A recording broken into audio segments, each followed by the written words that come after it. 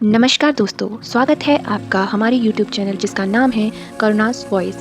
ये भाग 2 है भगवत गीता सार का। जैसा कि हमने पहले भाग में देखा कि कैसे धृतराष्ट्र का लोभ और लालच एक महान युद्ध का कारण बनता है, वैसे ही जब मनुष्य कर्म करता है तब सोचता नहीं, पर जब उस कर्म के परिणाम सामने आते हैं तब कहता है कि अब क्या होगा। अर्थात इंसान जब कर्म करता है तो उसके परिणामों को भूल जाता है, लेकिन जितने भी उसके कर्मों के फल सामने आते हैं तो वह घबरा जाता है।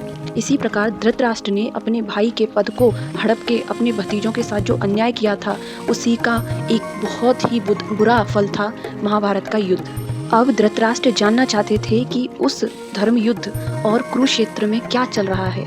वह संजय के माध्यम से जानना चाहते थे कि क्या हो रहा है उस धर्म युद्ध में। इसीलिए उन्होंने संजय से पूछा कि हे संजय, आप बताओ कि उस धर्म युद्ध में क्या चल रहा है, क्योंकि जो धृतराष्ट्र थे वो आंखों से अंधे थे, लेकिन जो संजय थे उनके पास दूरदृष्टि थी जो कि उनके गुरुवर के द्वारा उन्हें दी गई थी।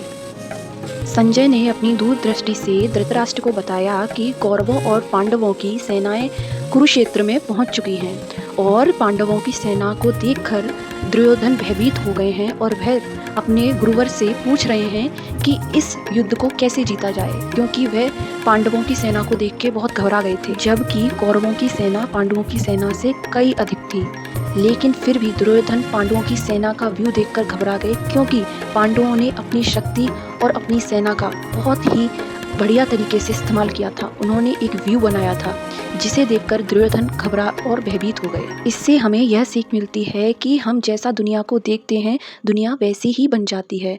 मतलब दृष्टि महत्वपूर्ण नहीं है, दृष्टिकोण महत्वपूर्ण है।